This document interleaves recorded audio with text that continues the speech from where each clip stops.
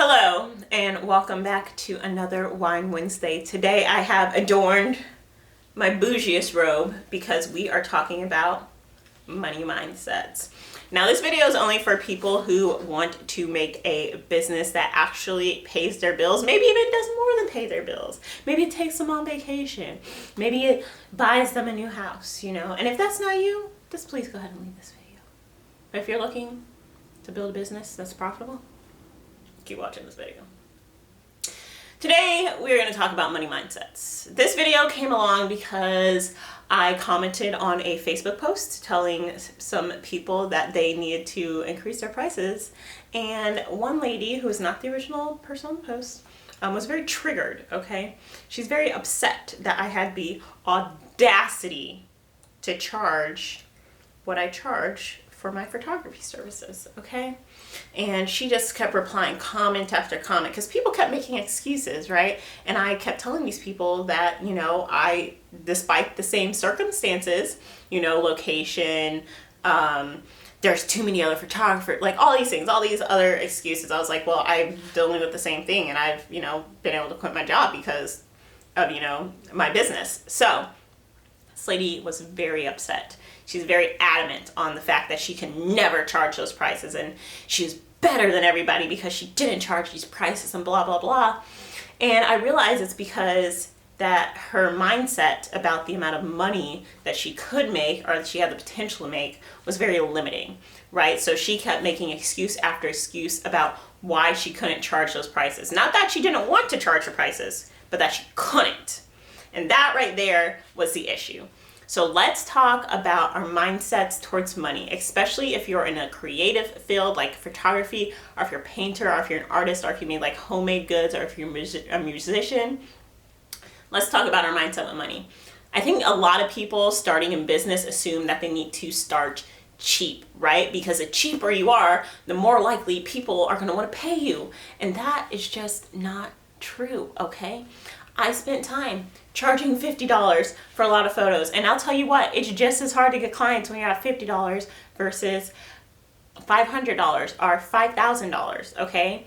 The secret for people who get a lot of clients when they're charged cheap, and the secret for people who get a lot of clients when they are expensive, is that they are really good at marketing.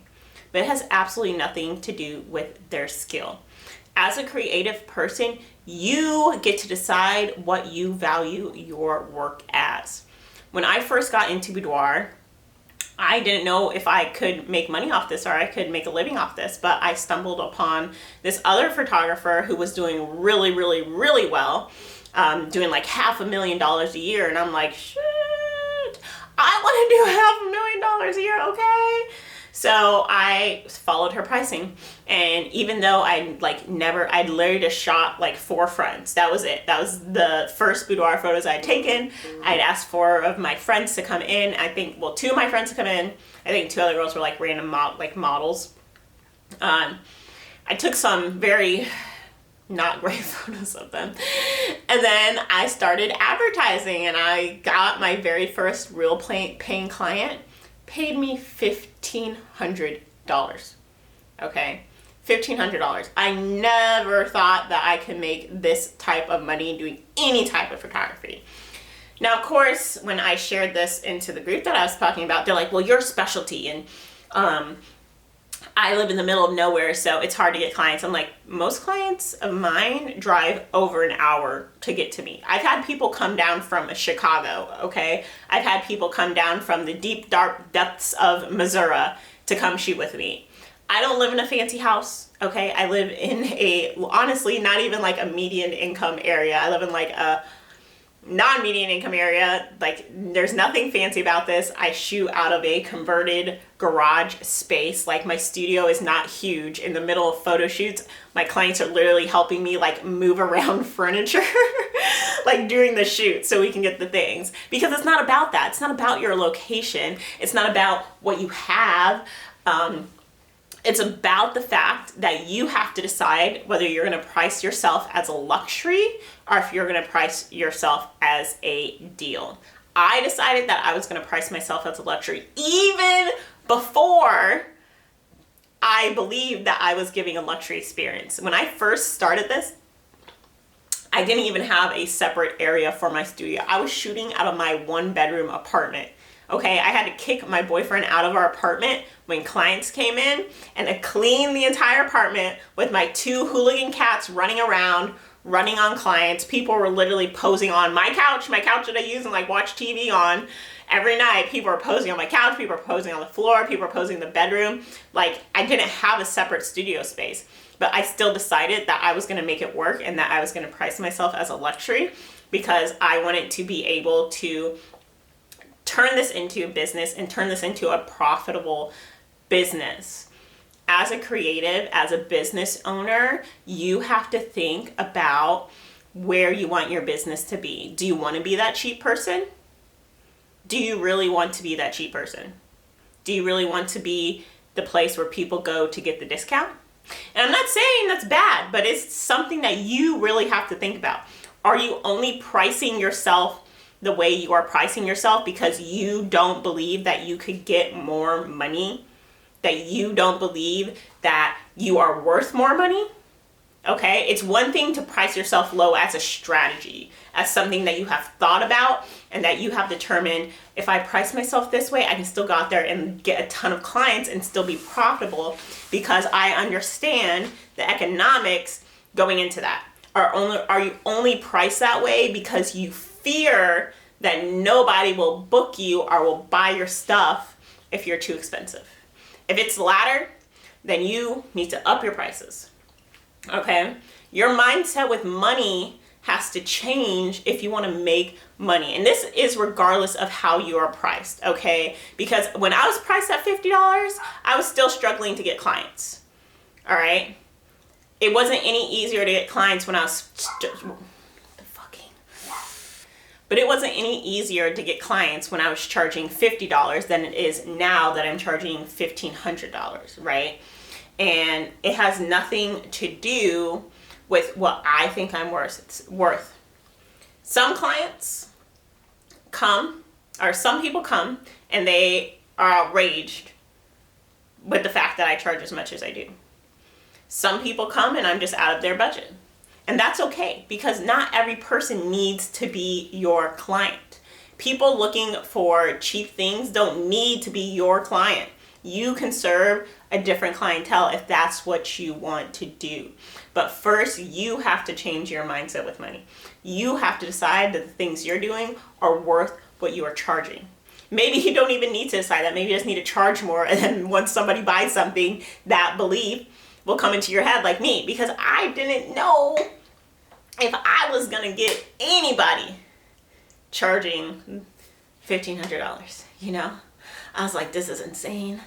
This is crazy. Who's gonna pay me this much? And then one person did it. And then 2 people did it. Then 10 people did it. Then 20 people did it. And I'm like, oh my God. And even now, I have since, raised my prices, but even now, I always question, like, oh my God, am I charging too much? Are people gonna pay me this much? And then somebody does, and I'm like I'm some kind of fraud. And then imposter syndrome comes in, right? But at the end of the day, you have to believe that the things that you're selling, that the service that you're selling, that the product that you're providing is worth it, okay? Don't undervalue yourself because you think people won't pay you. People will probably pay you twice as much, if not more, than you currently think you can get. Okay? And they will do it happily, and they will do it with a smile on their face because you are providing a quality service. You are providing a quality product. Now, don't go out there and buy your shitty products, but if you're in the creative field, assuming that most people are in a creative industry, you get to decide what people should value you as. And you have to be confident when sharing that with people.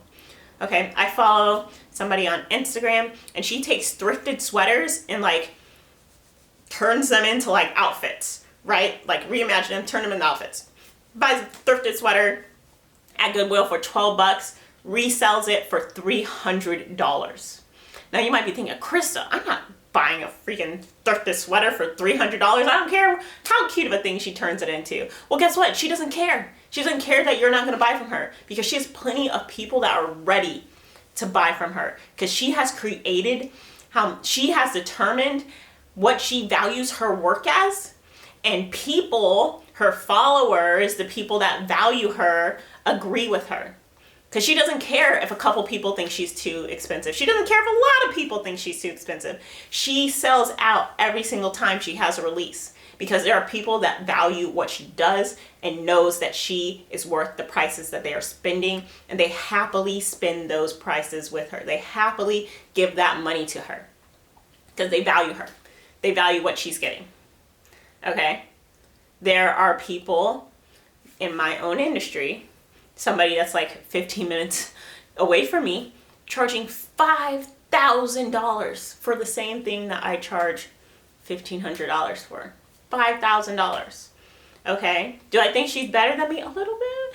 But people are going to her not because of the photos. They're going to her because they value her, because she has instilled trust and value into them. She has continually proven to them that people go there and they spend money, and they happily spend that money, and they feel like what they got, the product that they got, the service that they got was worth that money.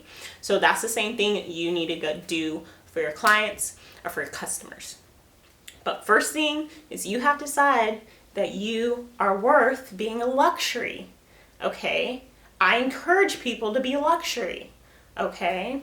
And if you want to be affordable, do it smartly and still price yourself where you can be a profitable business.